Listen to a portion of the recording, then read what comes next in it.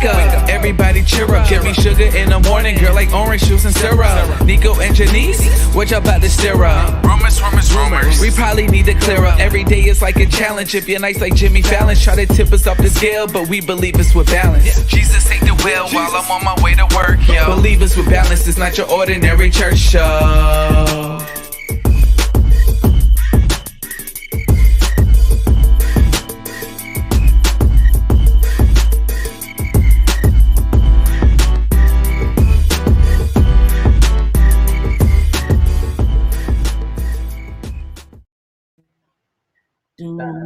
Put your T with it. What's going on, y'all? Five times. Hey, man. Oh, sorry. We had a moment. Hey, man, what's going on, Nico? And Janice. Jamar. And Sean. We the Jenkins. Hey, y'all, welcome to the after show. Listen, we got a lot to talk about today. A lot's been going on this week.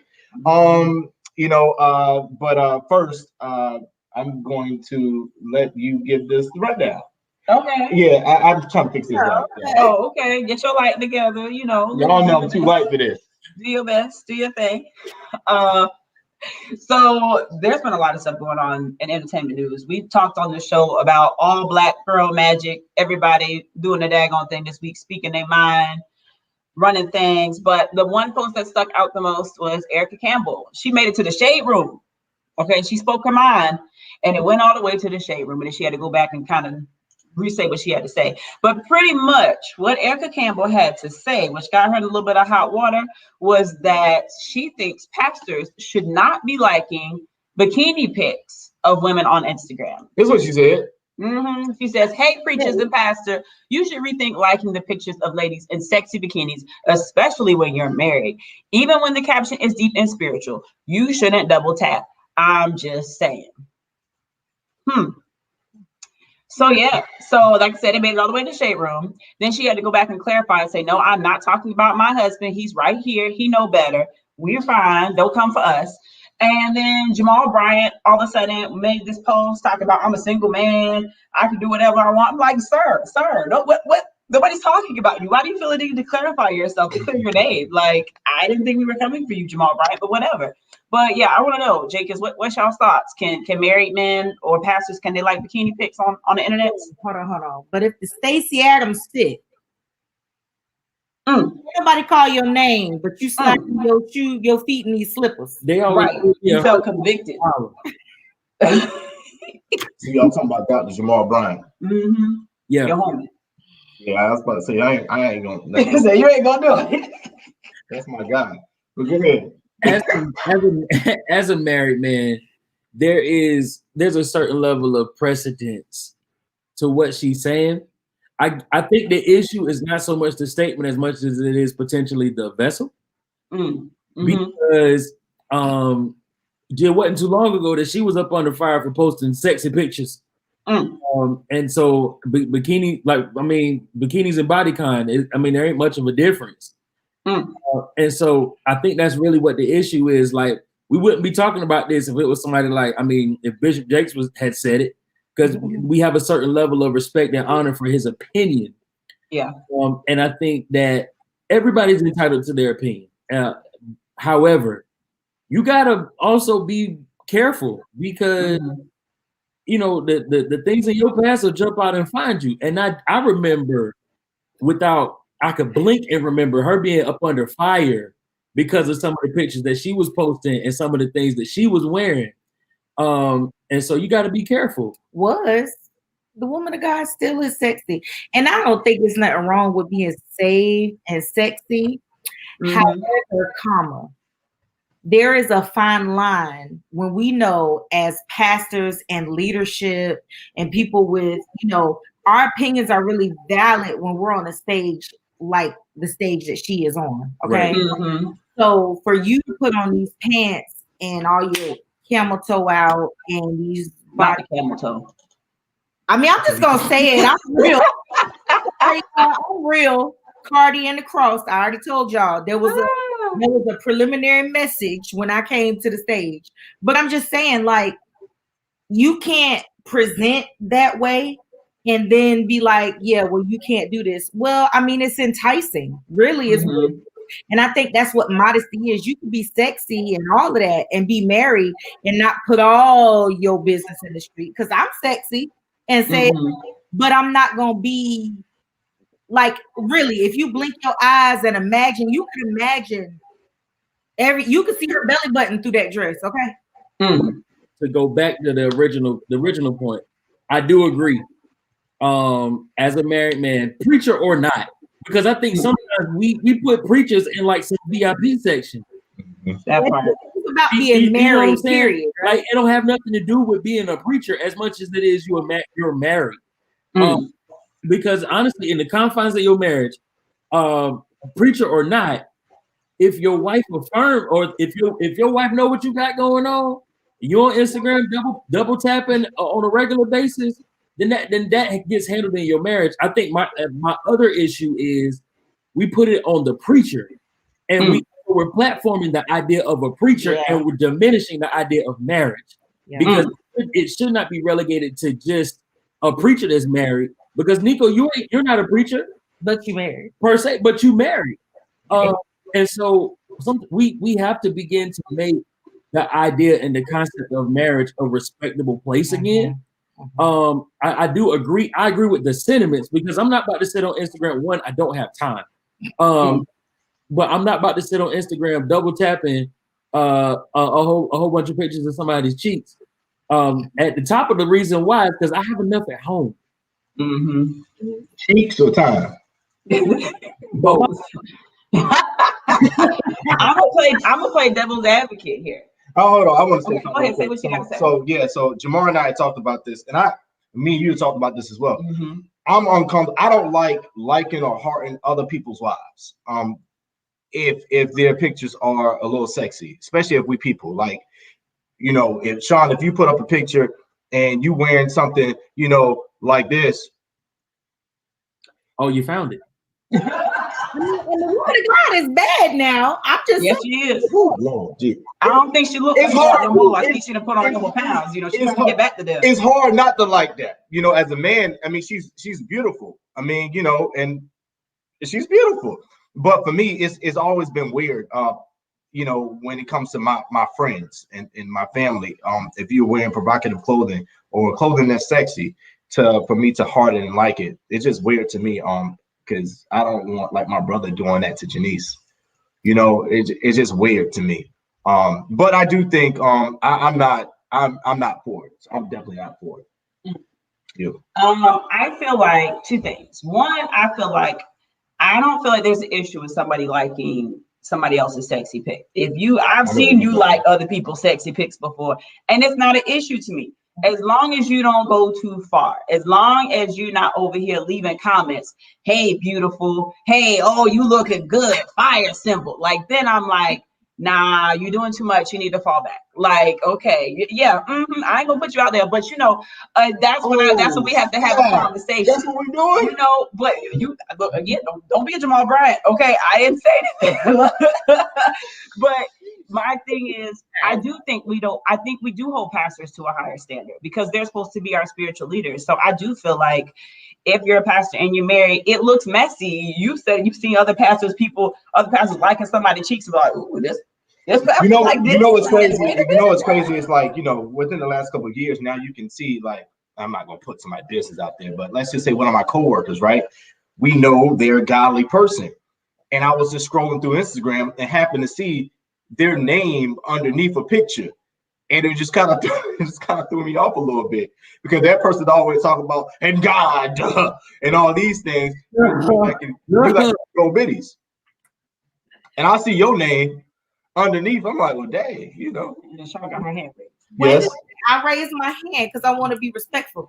Now let's spin it around because you didn't say who necessarily, right?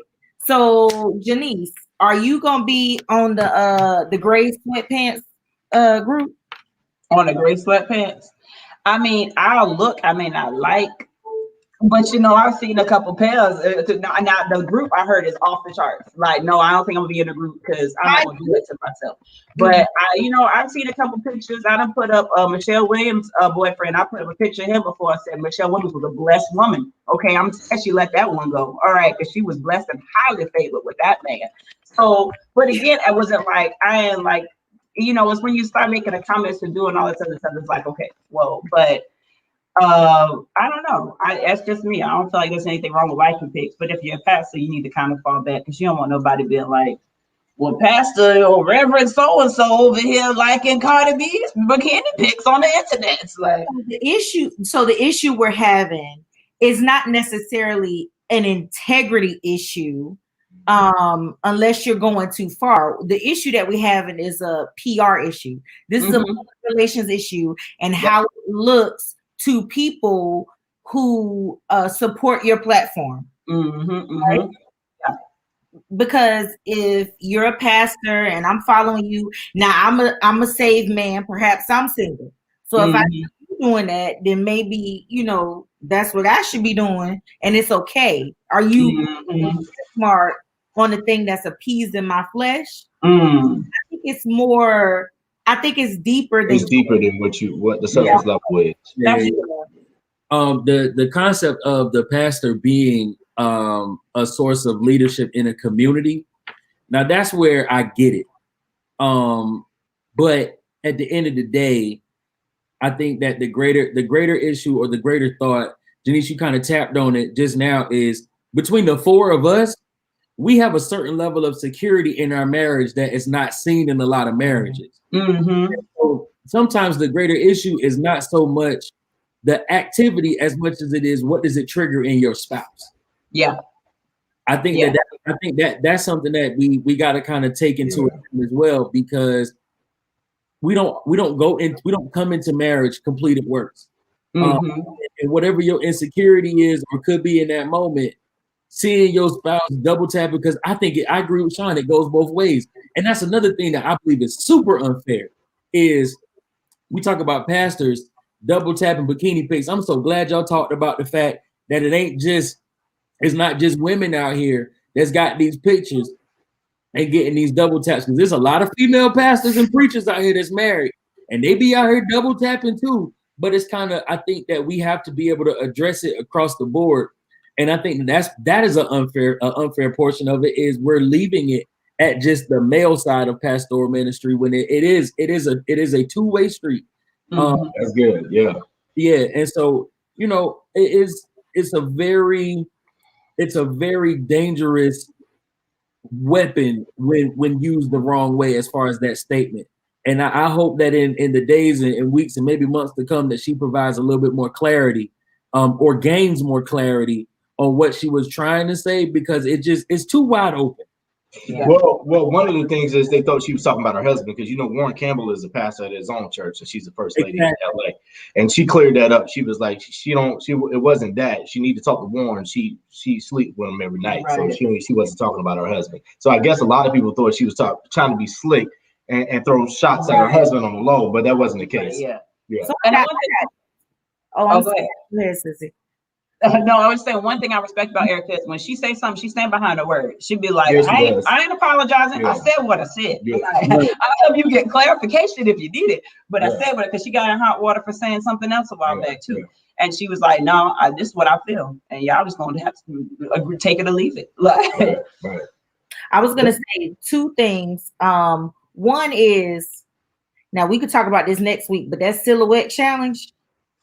I haven't seen that yet, but I know you talked about it. So let me send me some stuff. I want to see what you're talking about. Yeah, we gonna show you. We're talking about the silhouette challenge. I haven't been on social media. I've heard of it, but I haven't seen it yet. Yeah, I definitely want to see it. It's stressful.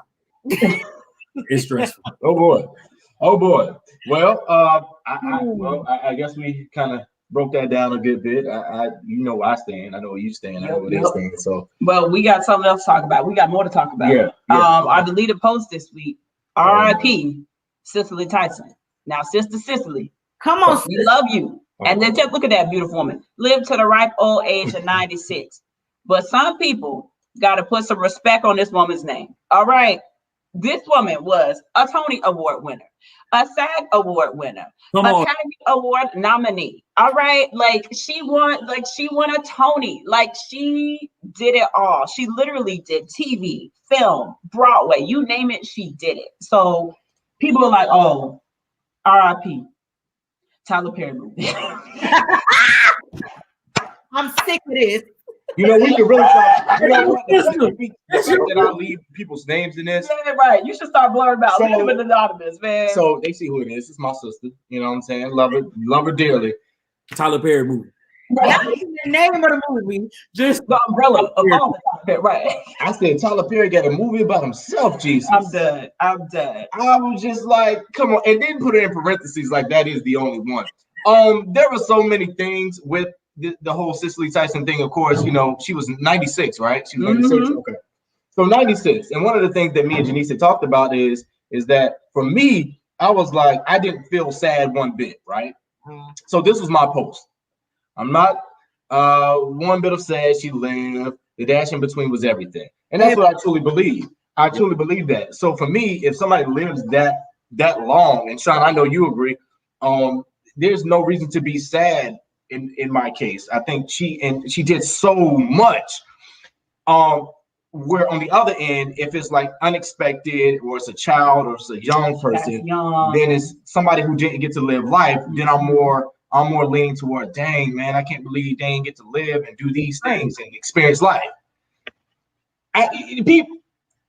Black people, y'all kill me. So in other words, it's okay for her to die. It's pretty much what we said.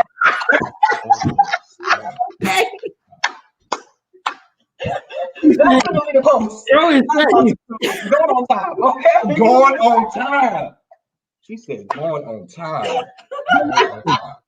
It's real. Like I saw a couple of posts and it was like gone too soon. Fam, she 96. Word. Like 96. Hundreds door. Like if 96 is not an appropriate time to die, we're doing it wrong. If I make it to 96, don't cry. Let me go in peace. Let me go. And y'all bet now we're black. We're white. Bet That's now. another thing. Don't you read this? I would these nigga rolls get on my nerves, man. I'll tell you, man. I was like, we're so selfish when it comes to death. We think about ourselves when it comes to death. We think about how it affects us. But you got to realize this woman has lived a full life. She had a child. I didn't even know she had a daughter. Nah. She has a whole daughter. I didn't know she was married to Miles Davis. That to me was interesting. I didn't know that. I didn't know that. How do you it's just like somebody dying at 96 years of age? Like that's not that's when we celebrate. We celebrate. That's why I say you should wear white. I didn't feel sad one, but it was that initial, oh man. Then it was like, yo, but she did it though. Right. And she got her flowers while she was alive. I think she knows she was celebrated. She is a legend amongst the Black community and just the acting community as a whole. So I'm like, yeah, you good. Go on now. Here's the thing. I'm gonna be honest and tell y'all. In 2020, I had my eye turned to her like, all right, now y'all can't take this.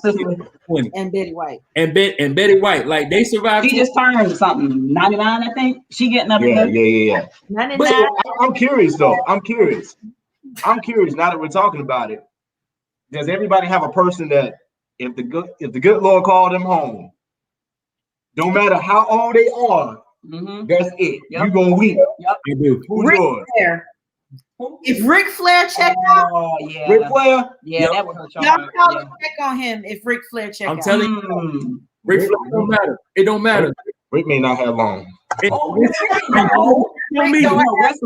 a lot of health issues, man. Wrestlers don't live that long, man. He was sick. Not like a year or some change. I'm sorry. He was. And when I was around here concerned. I was concerned about Rick. About Ric Flair. If he was fasting and praying for Rick, pull through. I'm telling you now. Check on me. That's yours? Sean, who was yours? I really like Betty White. Like I really don't want nothing to happen to Betty White. I mean, Betty White is 1,000, but I really hold on. She's still funny at 1,000. She is. Yeah. That's one. Do you have one? Oh, absolutely. Hey, listen. The day Patti LaBelle go, Oh yeah. come check on me. That's my auntie Patti, man. I just, and she smells good too. She Smells so good. Right. I love that woman. You should have seen this man freak out when he met Patti LaBelle. When he seen Patti, he about dropped the phone, ran away. I mean, like just He called me and told me about that. He called me. He was like, bro, I said, I met Patti LaBelle. I can die. hey Miss Patti, can I get a picture? She said, show baby. I said, oh. Hey, literally. That was it. I think I might have been on the phone with you. You were. Yeah, at the time I was on the phone with her when we came out the same door. Like a schoolgirl. I mean, just lost his mind. Just like just want to fly away. Be cool. Oh, it's cold. What do you do? Wait, what do you do, Janice? He said, Patti. He wanted to fly away. He was off the ground. He was gone. Like, with a rainbow, boy. no, okay. Okay, so mine, and I really have to knock on wood because this person really needs to live in a bubble for me. Stevie Wonder. That's Stevie another Wonder goes to glory. Check on me. I'm already like Stevie. All right, now everybody check on Stevie lately. Stevie got the vid. Everybody, he okay? Like, hey, he's been performing forever. He's another one that's like 1,000 years old. He's got 1 billion albums. I mean, he's lived a life, but Stevie go, y'all check on him. You know what? James Earl Jones. Where he been though? I don't think he's in the best health. He's fine. I really don't. He's fine. He's the Lion King. He got this. He's in the new Coming to America movie, but I feel like his part is like real minimal. Like, news break. He dies in the next installment of Coming to America. Sorry. How did you tell people that? Because you can look it up on the internet. Look, I like that. there's people that we're naming, even with Cicely Tyson, from being honest, like these are people that we all like growing up expected that they were just gonna be like Enoch and just walk with the Lord and be no more. Like there was a man in the Bible, and, like, he just walked with the Lord, and then he just transitioned to heaven. Nobody knows. They can't say he's dead. Yeah. Nobody. Morgan is another one. Like he's been the voice of God so many times. He has the voice of God. He gonna be his maker one day. And God gonna be like, hey. Yeah, he was walking with the Lord in the cool of the day. The next thing we know, he was gone. Like, we can't call it death. They just gone with Jesus because they've been here for him. Man, oh man. Hey man, I love the conversation. It's about time to get into some music. When we come back, of course, we got the motivational moment with the Jenkins coming up next. So y'all know they about to give us a good word. All right, so stick around. We will be right back.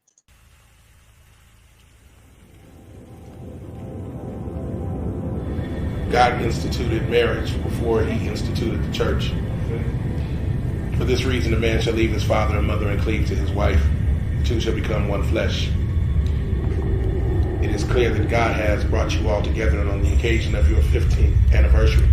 But man without God is but dust.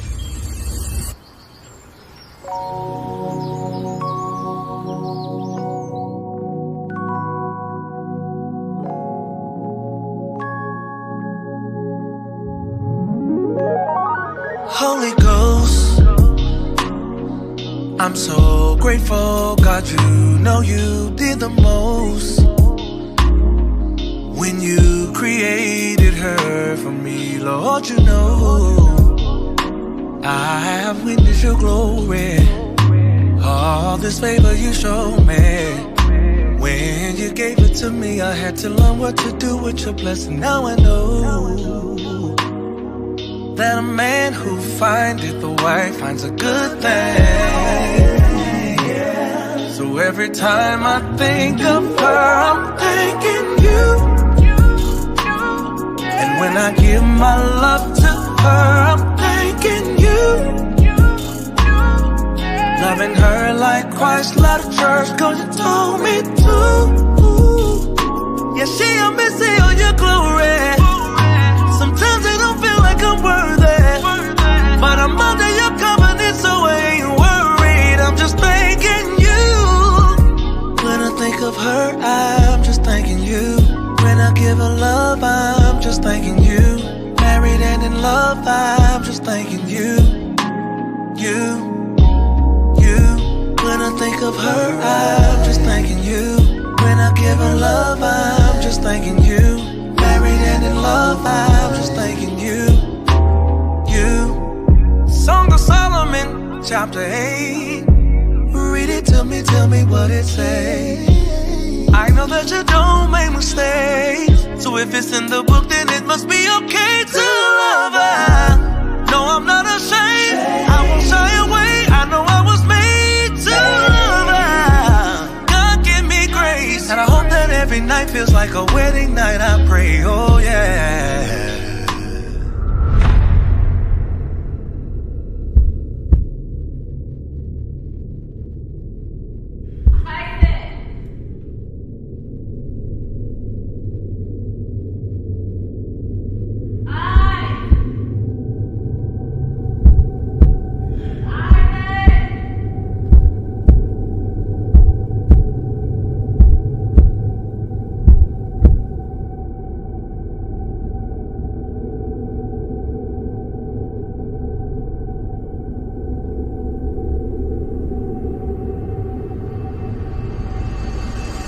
Yes, a man who findeth a wife finds a good thing. So every time I think of her, I'm thanking you.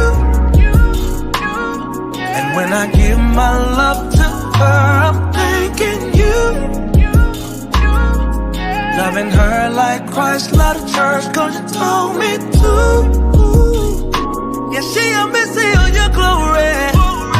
Sometimes I don't feel like I'm worthy, but I'm under your covenant, so I ain't worried. I'm just thanking you. I don't understand why we can't talk about being in love with the one he gave us. He know what he was doing, 'cause she was his greatest creation. So I hope that you don't mind when I testify the way I do. So when I think about loving her, I just wanna thank you. And when I give my love to her, I'm thanking you. Loving her like Christ loved the church, 'cause you told me to. Yeah, she a missy on your glory. Sometimes I don't feel like I'm worthy, but I'm under your covenant, so I ain't worried. I'm just thanking you. When I think of her, I'm just thanking you. When I give her love, I'm just thanking you. Married and in love, I'm just thanking you. When I think of her, I'm just thanking you. When I give her love, I'm just thanking you. Married and in love, I'm just thanking you.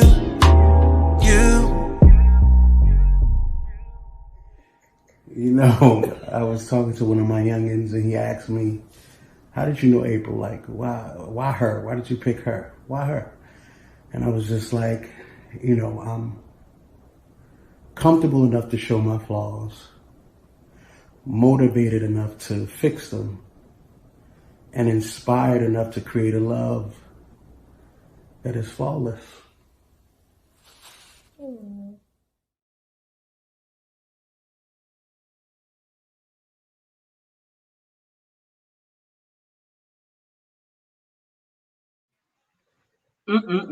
Man. So many things with that video. Okay. Right, you picked that one. Okay, no, first thing that I noticed. So y'all, in other words, y'all was fornicating. They was having the sex before they got married. The sex. I was like, wait. She had a miscarriage. I'm like, oh, I was like, wait, y'all ain't even engaged yet. The whole video. Yeah. I didn't realize that. I was today years old. That's the first time I think I watched the whole video. Okay. But yeah, I seen that. Wow. So people apparently on their social medias have been commenting about who their person is that you got to check for. Yeah. My brother Ant, thank you Ant for watching. He said Janet was his, and I feel him on that. Check on both of us when Janet goes on to glory, and Beyonce right there with them. Stevie, Janet, and Beyonce for me. If any one of them go, check on me, please. I'm gonna be like these men were when COVID passed. I'm gonna be in a corner somewhere. You know, when COVID passed, men just they lost it. You know, that hit them hard. You see that Lakers hat he got? Look, see, boom, right there, right there. All right, y'all. It's now about that time for the motivational moment. Was that my phone? Oh, okay, my bad. Motivational moment. Of course, if you guys listen to the show each and every week on Coast 97.3, Jamar and Sean Jenkins of Relationship Over Religion brings us a word every week. It's empowering, inspiring, and we just love them so much. So, of course, we're going to end this thing out with a good word. It's all yours. All right. So this week's motivational moment came out of 2 Timothy 2, starting at 15 in the Amplified. It says, study and do your best to present yourself to God approved, a workman tested by trial, who has no reason to be ashamed, accurately handling and skillfully teaching the word of truth. The word and the thought that we kind of dug into a little bit is practice does not make perfect. It does make permanent. And so even considering this particular passage of scripture, there's so many words that pop up like skillfully, being a workman. It takes time and it takes practice to be able to have the permanent posture of excellence. A lot of times as believers, we'll try to do a thing for a short period of time and quit because we have not achieved excellence. It is only with the intentionality to really pursue excellence, no matter what it is you're working, that you can actually get to permanent. We don't want to be perfect. Because if I achieve perfection on any level, that means I'm not teachable and I'm not going to be accountable to anybody if I'm being honest. I'd rather be perfected by God's grace. And if you are perfected by God's grace, then you get to a place where even your imperfections work out for your good. That's the promise of Romans 8:28, and that all things will work together for your good. That means the good and the bad. That means the failure and the success. And so we really have to get back to a place where we go back to studying to show ourselves approved, even as it pertains to the things of God. We will make time for everything else except the things that God has called us to do. And we will call it inconvenient in the process of us not making time. And so the thing is, but we want God to conveniently bless us with something. But we are inconvenienced by the time and the workmanship that it takes to perfect the call that we're expected to walk in, as it pertains to life. And so this was actually your brainchild, because you came up with this thought. So I'm interested to see what you have to say. I was gonna let you preach it. To me, preach. You know, it was good to me. I would say, because knowledge is power is a very old saying. And, you know, we hear people say it down through the years.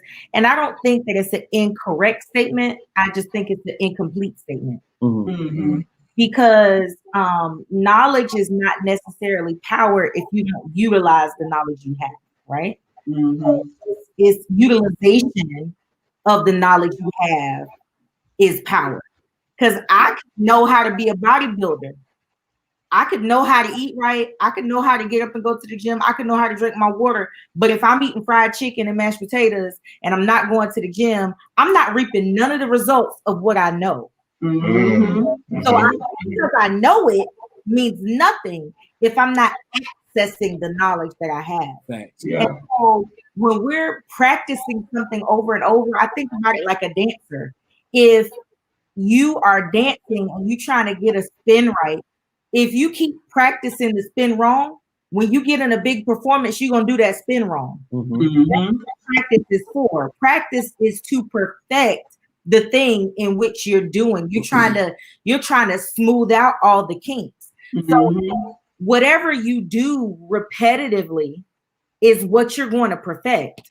So if bad character, you're gonna perfect it. If it's lying, you're going to become a pathological or a perfect liar. Whatever it is that you practice over and over, it becomes your daily ritual. That is what you're going to present to the world.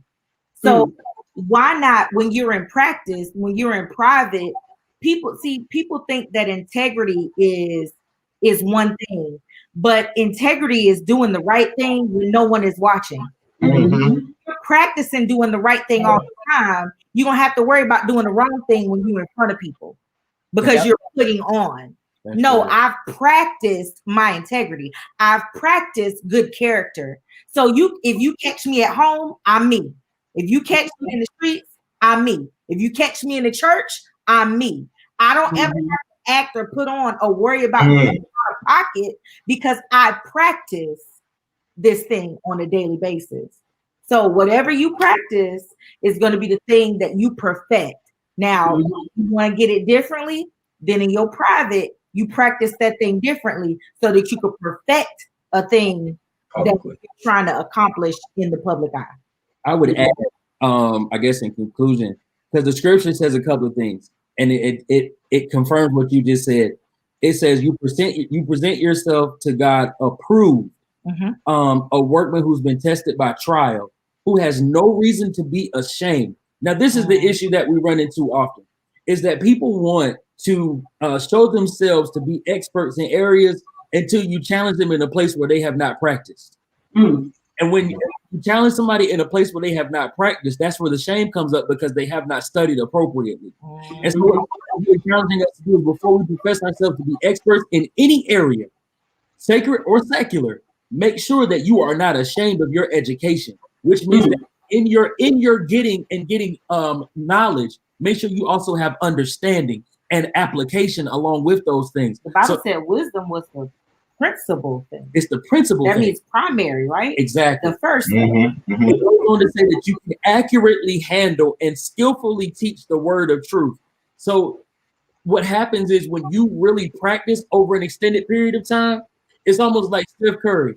He's dead-eye accurate. He can go 10 for 10 if he really had a chance.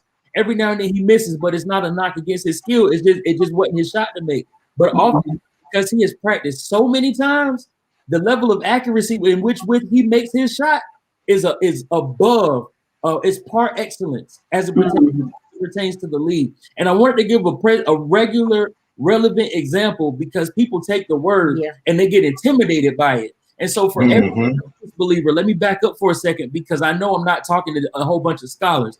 For every person who follows us and they feel far away from God, understand this: if you take time to practice in prayer, if you take time to practice and read your word, you may not get it right every day. You may not do it right every time. But if you keep practicing, it will bring you into the permanent habit of relationship with God. That's a guarantee because what you feed will grow. Absolutely. It reminds me of a sermon that I seen with T.D. Jakes. I don't know if y'all seen it. It's an older one where he was talking about people have this vision to be like, oh, you'll go to an orchestra concert and you see a piano player and you're so inspired and you go home, you get your piano, you get all this stuff and you practice and you're upset. You practice for one day and you're upset that you don't sound like the concert pianist you just seen, you know, and you'd be like, okay, I'm gonna give it up. I'm gonna go do something else. And you literally had a child in front of a piano and a grown man in front of another piano and talking about when you start out, you have to start with your scales, you know, and you have to do this and then you elevate yourself. You have to put in the work in order to get to the level of that concert pianist. It doesn't happen overnight, you know, and then once you do that, you have to figure out how do you fit in? Like, you know, there's different levels and different challenges and stuff. And it fits right on with what y'all are talking about. But a lot of times people don't want to do the work. It's like you said, put in, you know, losing weight. Everybody knows how to lose weight. You got to eat the right foods. You got to work out. You don't do those two, it's not going to work. We all know that. That's a basic, you know, thing. But if you don't do the work, it's not going to happen quick, you know? That's a thing. I love it. I've been feeling like that the last couple of days. I went to the gym and went hard the other day. Then came home and ate like trash. I said, man, this is some bull, boy. I mean, like, I was in there like getting it. Like, yeah. I couldn't even pass the Chick-fil-A without stop. That's when you got to pray for discipline. Lord. Oh yeah, and it's crazy. So I completely understand. I gotta do better. I need to practice. I felt that. That was for me. That was for me. Real quick, there's one more thing. And God convicted me about this past week. If you watching and you don't know God, take time. Reach out to us. Yeah. We want to introduce you to Jesus. And I don't ever want to take this opportunity for granted ever again, because somebody's watching this and wondering, what must I do? And it's not difficult. It's not hard to fall in love with God. He's probably the easiest person I ever fell in love with. The difficulty was on me. Please take the time to hit us up. That was eloquent. I like that. Thank you. Take the time to hit us up. We would love to introduce you to the man that changed our lives. Yes. Absolutely. Come to the altar. And now look, I ain't no pastor, I ain't no preacher. You know, I just pray a lot. So I can just tell you how I do things. But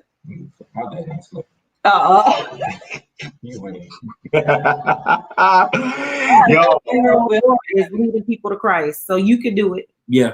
absolutely.